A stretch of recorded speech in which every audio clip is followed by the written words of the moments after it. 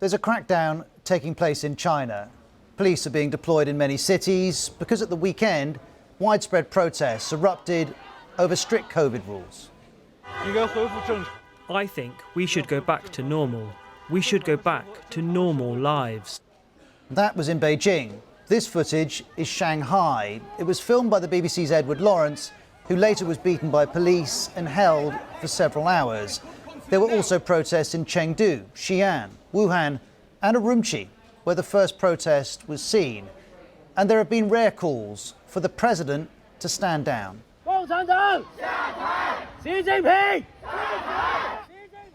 These protesters are saying, down with the Chinese Communist Party, down with Xi Jinping.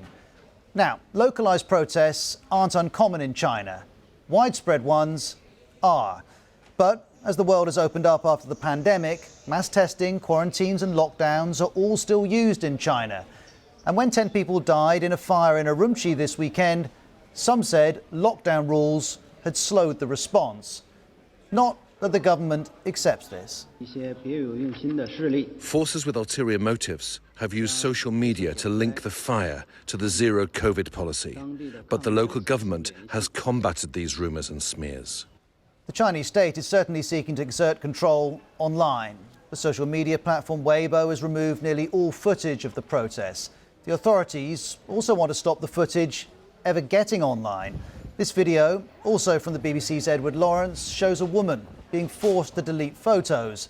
We're getting reports of police using cell phone data, for example, to track people who are at protests. We're starting to see them use that system to exercise control. The surveillance and censorship doesn't stop there. White pieces of paper have become a symbol of the protests, and online searches for them are being restricted.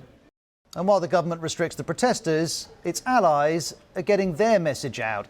Nationalist accounts on Weibo are speculating that the discontent is being instigated by foreign forces. There's no publicly available evidence of that. There is, though, evidence that COVID is spreading. Zero COVID has kept numbers low in China, but as you can see, they're rising now. And on zero COVID, there's no end in sight. This seems to be indefinite, and that sense of no hope and hopelessness is what's driving the current protest.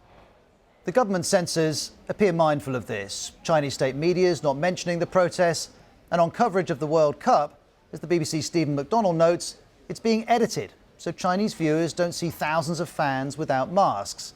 Zero COVID has meant the Chinese state constraining the virus and its own people. And as COVID spreads and protesters call for change, the government continues its efforts to control both.